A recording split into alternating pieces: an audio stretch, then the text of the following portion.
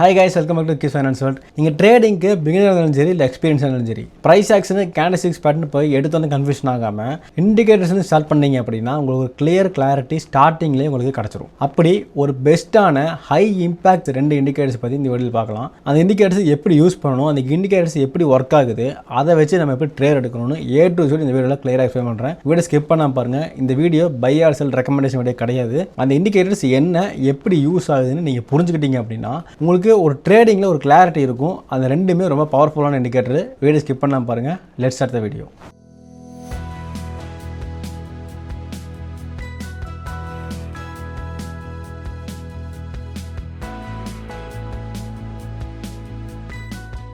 Okay, நம்ம பார்க்க போகிற இண்டிகேட்டர்ஸ் வந்துட்டு ஒன்று EMA, இன்னொன்று VWAP. EMA அப்படிங்கிறது எக்ஸ்போனன்ஷியல் மூவிங் ஆவரேஜ், VWAPங்கிறது வால்யூம் வெயிட்டடு ஆவரேஜ் ப்ரைஸ். இது எப்படி ஒர்க் ஆகுது அப்படின்னு உங்களுக்கு சார்ட்டில் காட்டுறேன். நான் ரிலையன்ஸோட சார்ட் எடுத்திருக்கேன், உங்களுக்கு மேலே ஸ்க்ரீனில் தெரியும். நான் வந்து அப்ஸ்டாக்ஸ் ஆப் யூஸ் பண்ணுறேன். இண்டிகேட்டர்ஸில் போயிட்டு EMA அப்படின்னு அடிச்சிங்கன்னா இங்கே உங்களுக்கு பிளேஸ் ஆகும். இந்த EMAயில் வந்துட்டு அப்படியே நீங்கள் செட்டிங்ஸ் சர்ச் பண்ணிங்கன்னா இங்கே உங்களுக்கு எந்த கலர் வேணாலும் மாற்றிக்கலாம். நான் பிளாக் கலர் கொடுத்துருக்கேன்.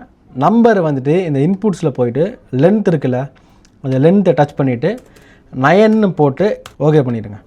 ஓகே, இது எப்படி ஒர்க் ஆகுதுன்னு நான் சொல்கிறேன். லாஸ்ட் EMA 9 அப்படிங்கிறது லாஸ்ட் 9 கேண்டில்ஸோட அடிப்படை விலையை பேஸ் பண்ணி அந்த லைன் மூவ் ஆகும். அந்த லைனை வச்சு தான் நம்ம ட்ரேடுக்கு ஓகே ஒரு புல்லிஷ் பயாசல் இருக்குது, பெயரிஷ் பயாசல் இருக்குன்னு நம்ம ஈஸியாக ஐடென்டிஃபை பண்ணலாம். எப்படின்னா இந்த லைன், இந்த பிளாக் லைனுக்கு மேலே அந்த கேண்டில்ஸ் இருக்குது அப்படின்னா மார்க்கெட்டு ஒரு புல்லிஷ் மூமெண்டமில் இருக்குது அப்படின்னு அர்த்தம். பிளாக் லைனுக்கு கீழே நீங்கள் அந்த லைனை போட்டதுமே பிளாக் லைனுக்கு கீழே எல்லாம் கேண்டில்ஸ் வருது அப்படின்னா பெயரிஷாக இருக்குது அப்படின்னு அர்த்தம். இந்த EMA 9 அப்படிங்கிறத நம்ம வந்து ரொம்ப ஷார்ட் டேமாக வந்துட்டு சுருக்கிட்டோம். அப்போ என்ன ஆகும் அப்படின்னா ரொம்ப டைட்டான ப்ரைஸை காட்டுது நமக்கு. கேண்டில்ஸ் எல்லாம் பார்த்தீங்களா, இப்போ லாஸ்ட் கேண்டில் பாருங்க, EMA லைனுக்கு கீழே தான் இவ்வளோ கேண்டில்ஸ் ஃபார்ம் ஆயிருக்கு. அடுத்து என்ன நடக்கும் நமக்கு தெரியாது. அது எப்படி கண்டுபிடிக்கலாம் அப்படின்னா 50 மினிட்ஸ் சார்ட்ல 9:45க்கு நீங்க வெயிட் பண்ணும்போது நாளைக்கு எப்படி மார்க்கெட் ஓப்பன் ஆகுதுன்னு நமக்கு தெரியாது இல்லையா. ஓப்பன் ஆன உடனே லைனுக்கு மேலே கேண்டில் ஓப்பன் ஆகுதா கீழே கேண்டில் ஓப்பன் ஆகுதா நீங்க பார்க்கணும். ஓப்பன் ஆன உடனே என்ட்ரி கொடுக்காம நீங்க வெயிட் பண்ணலாம். ஒரு கேண்டில் வந்து ரெட் கலர் கேண்டில் ஃபார்ம் ஆகுது அப்படின்னா EMA லைனுக்கு கீழே ஃபார்ம் ஆகுதுன்னா அது வந்து கொஞ்சம் பேரிஷாக தான் இருக்குது. ஆனால் அதை கன்ஃபர்மேஷன் பண்ணுறதுக்கு எப்பவுமே லைனுக்கு கீழே பாடி ஓப்பன் ஆகணும். இந்த கேண்டில்ஸ் பார்த்தீங்களா, இந்த விக்கு பார்த்தீங்களா, இந்த கிரீன் கலர் கேண்டிலோட விக்கு மேலே வரைக்கும் போயிருக்கு. அதுக்காக இது புல்லிஷ் மூமெண்ட்ல இருக்குன்னு சொல்ல முடியாது. விக்கை நம்ம எப்பவுமே கனெக்ட் பண்ணக்கூடாது. பாடி லைனுக்கு கீழே ஓப்பன் ஆகுது அப்படின்னா பெயரிஷ் மூமெண்டம்ல இருக்குன்னு அர்த்தம். லைனுக்கு மேலே பாடி ஓப்பன் ஆகி அங்கிருந்து லைனுக்கு மேலேயே கண்டினியூஸாக கேண்டில்ஸ் ஃபார்ம் ஆகுது அப்படின்னா அது ஒரு புல்லிஷ் மூமெண்டம் இருக்கு அப்படின்னு அர்த்தம். ஓகே, நெக்ஸ்ட் EMA 20 பற்றி எக்ஸ்பிளைன் பண்ணுறேன். EMA 9 அப்படிங்கிறது ஒரு ஷார்ட் டேர்ம் ப்ரைஸை மூவ் பண்ணி நமக்கு ஒரு இண்டிகேட் கொடுக்கும். ஆனால் EMA 20ங்கிறது அப்படி கிடையாது. சடன் மூவ்மெண்ட்ஸ் இருக்காது, ஸ்லோ மூவ்மெண்ட்ஸ் தான் இருக்கும். ட்ரெண்ட் இப்போ மார்க்கெட்டில் எப்படி இருக்குது அப்படிங்கிறதான் EMA 20 நமக்கு சொல்லுது. EMA 9 க்ளோஸ் பண்ணிட்டு EMA 20 நான் அப்ளை பண்ணுறேன். உங்களுக்கு டிஸ்டன்ஸ் தெரியும், எவ்வளோ டிஸ்டன்ஸ் பார்த்தீங்களா கேண்டிலுக்கும் அந்த லைன்ஸ். எதுக்காக அப்படின்னா EMA 9 வந்துட்டு கேண்டில் கூட ரொம்ப க்ளோஸாக மூவ் ஆகும். ஆனால் EMA 20ங்கிறது ரொம்ப டிஸ்டன்ஸ் வச்சு தான் மூவ் ஆகும். ஏன்னா வந்து அது வந்துட்டு ஒரு ட்ரெண்டை மட்டுமே குறிக்கிற ஒரு இண்டிகேட்டர். EMA 20க்கு மேலே இருக்குது அப்படின்னா ஒரு புல்லிஷ் ட்ரெண்டில் இருக்குது. EMA 20க்கு கீழே இருக்குது கேண்டில்ஸ் அப்படின்னா ஒரு பேரிஷ் ட்ரெண்டில் இருக்குது. EMA 20யை பேஸ் பண்ணி நம்ம இன்ட்ராடே ஸ்கேல்பிங்லாம் பண்ணக்கூடாது. EMA 20 பேஸ் பண்ணி ஒரு சில பேர் வந்து பொசிஷன் எடுப்பாங்க. கொஞ்சம் லாங் டைம் ஹோல்டு பண்ணுறேன், நான் வந்து இப்போ தான் வந்து அந்த கான்ட்ராக்ட் இப்போ ஸ்டார்ட் பண்ணியிருக்காங்க, எக்ஸ்பைரி வரைக்கும் நான் ஹோல்டு பண்ணுறேன் அப்படிங்கிறவங்க EMA 20 ட்ரை பண்ணலாம். கொஞ்சம் ரிஸ்க் தான், ஆனால் ட்ரை பண்ணலாம். EMA 20 வந்துட்டு ஒரு ட்ரெண்டை பேஸ் பண்ணுற ஒரு இண்டிகேட்டர். லாங் டேமுக்கு மட்டும்தான் யூஸ் பண்ணணும். இன்ட்ராடே ஸ்கேல்பிங்க்கு யூஸ் பண்ணாதீங்க. நீங்கள் பொசிஷன் எடுக்கிறீங்க இல்லை ரொம்ப நேரம் ஹோல்டு பண்ணிட்டு செல் பண்ணுறீங்கன்னா யூஸ் பண்ணலாம்.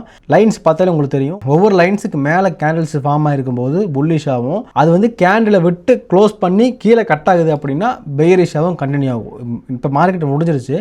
இப்போ வரைக்கும் இருக்கிற ட்ரெண்டை பொறுத்த வரைக்கும் ரிலையன்ஸ் வந்துட்டு கொஞ்சம் பெயரிஷ் மூமெண்ட்டில் தான் இருக்குதுங்கிறத EMA 20 வந்து நமக்கு இண்டிகேட் பண்ணுது. ஓகே, நெக்ஸ்ட் VWAP பற்றி பார்த்துடலாம். VWAP அப்படிங்கிறது volume weighted average price. EMA 9 மாதிரி தான். லைனுக்கு மேலே கேண்டில்ஸ் இருக்குது அப்படின்னா அது ஒரு புல்லிஷ் ட்ரெண்டாகவும், லைனுக்கு கீழே இருக்குது பியர்ஸ் ட்ரெண்டாகவும் தான் நம்ம கன்சிடர் பண்ணிக்கணும். ஆனால் இதில் பாசிட்டிவ் அண்ட் நெகட்டிவ்ஸ் பார்க்கலாம். VWAP நான் போடுற சார்ட்டில் இந்த ஆரஞ்சு கலர் லைன் தான் VWAP.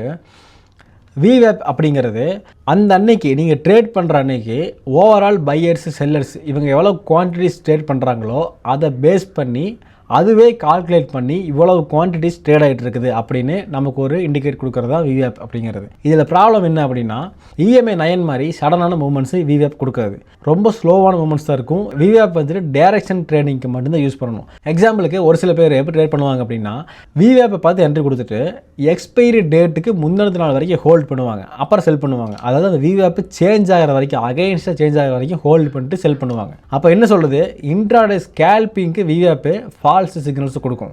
எதனாலன்னா சடன் மூவ்மெண்ட்ஸ் வராது. ஸ்கேல்பிங் என்ன, டக்குன்னு முடிக்கணும். ஒரு ட்ரேட் எடுத்தோம் அப்படின்னா ஒரு 5 நிமிஷத்துக்குள்ளே, 2 நிமிஷத்துக்குள்ளே, 1 நிமிஷத்துக்குள்ளே முடிச்சிடணும். அதுதான் ஸ்கேல்பிங். விவிஆப் அப்படிங்கிறது சடன் மூவ்மெண்ட்ஸ் கொடுக்காது. ஒரு டைரக்ஷனை சொல்கிறதுனால லாங் டேர்முக்கு, அதாவது ஒரு 5 days 6 daysங்கிற மாதிரி யூஸ் பண்ணி பொசிஷன் ட்ரேட் பண்ணுறவங்களுக்கு அதுக்கு மட்டும் தான் விவிஆப் பெஸ்ட்டாக இருக்கும். ஆனால் இஎம்ஐ கம்பேர் பண்ணும்போது விவிஆப்க்கு பவர்ஃபுல்லான ஒரு இண்டிகேட்டர் தான். எதனால அப்படின்னா மார்க்கெட்டில் என்ன நடக்குது அப்படிங்கிறத பையர்ஸ் கிட்ட எவ்வளோ குவான்டிட்டிஸ், செல்லர்ஸ் கிட்ட எவ்வளோ குவான்டிட்டிஸ் எல்லாமே சேர்த்து அது ஒரு ஆவரேஜ் ப்ரைஸை மூவ் பண்ணி நமக்கு அதுவே கால்குலேட் பண்ணி சொல்லிடும். நம்ம எந்த கால்குலேஷன் பண்ண தேவையில்லை. இஎம்ஐ 9 விட விவிஆப்ங்கிறது ரொம்ப பவர்ஃபுல்லான ஒரு இண்டிகேட்டர். ஆனால் விவிஆப்பை மட்டுமே நம்பி ட்ரேட் பண்ணக்கூடாது. இந்த மூணுமே காம்பி மீறி நம்ம ட்ரேட் பண்ணும்போது இஎம்ஐ 9 அப்படிங்கிறது ஒரு ஷார்ட் டேர்ம் ப்ரைஸை அக்யூரேட்டாக நமக்கு கொடுக்கும். இஎம்ஐ 20 அப்படிங்கிறது அந்த அன்னைக்கு ஒரு 1 hour 2 hour இதோட டைரக்ஷனை நமக்கு காட்டும். ஏன்னா இஎம்ஐ 20 அப்படிங்கிறது 20 கேண்டில்ஸோட ஆவரேஜ் ப்ரைஸை மூவ் பண்ணி ரன் ஆகுது. விவிஆப் நம்ம சேர்த்து போடும்போது அந்த அன்னைக்கு ஓவரால் ட்ரெண்ட் என்ன அப்படின்னு நமக்கு சொல்லுவோம். இப்போ விவிஆப்புக்கு மேலே கேண்டில்ஸ் இருக்குது, இந்த பார்த்தீங்களா, விவிஆப்புக்கு மேலே கேண்டில்ஸ் இருக்குது அப்படின்னாலே அவ்வளவு சீக்கிரம் கேண்டில் லைனை விட்டு கீழே வராது. அப்படி வருது அப்படின்னா ட்ரெண்டு மாறுது அப்படின்னு அர்த்தம். அதுக்காக நீங்கள் இங்கே பாருங்க, இந்த 2 கேண்டில்ஸ் பாருங்கள், பாடி ஃபுல்லாக கீழே ஓப்பன் ஆகலை, விக்கு மட்டும்தான் வந்திருக்குது. விக்கு மட்டும் கீழே வருதுன்னா நம்ம நம்பக்கூடாது. அந்த லைனுக்கு மேலே க்ளோஸ் ஆகணும், இல்லைன்னா கீழே க்ளோஸ் ஆகணும். க்ளோஸ் ஆகிட்டு ஒரு 1 or 2 கேண்டில்ஸ் கண்டினியூஸாக ஃபார்ம் ஆகி அதுக்கப்புறம் கண்டினியூஸாக அந்த ட்ரெண்ட் ஃபாலோ ஆகுது அப்படின்னா மட்டும்தான் என்ட்ரி கொடுக்கணும். விவிஆப்பை நம்பி மட்டுமே ஸ்கேல்பிங்க்கு செட் ஆகாது. லாங் டேர்முக்கு கண்டிப்பாக யூஸ் பண்ணலாம். ஓகே, இப்போ இந்த 3 இண்டிகேட்டர்ஸ் நம்ம பார்த்துருக்கோம் இல்லையா.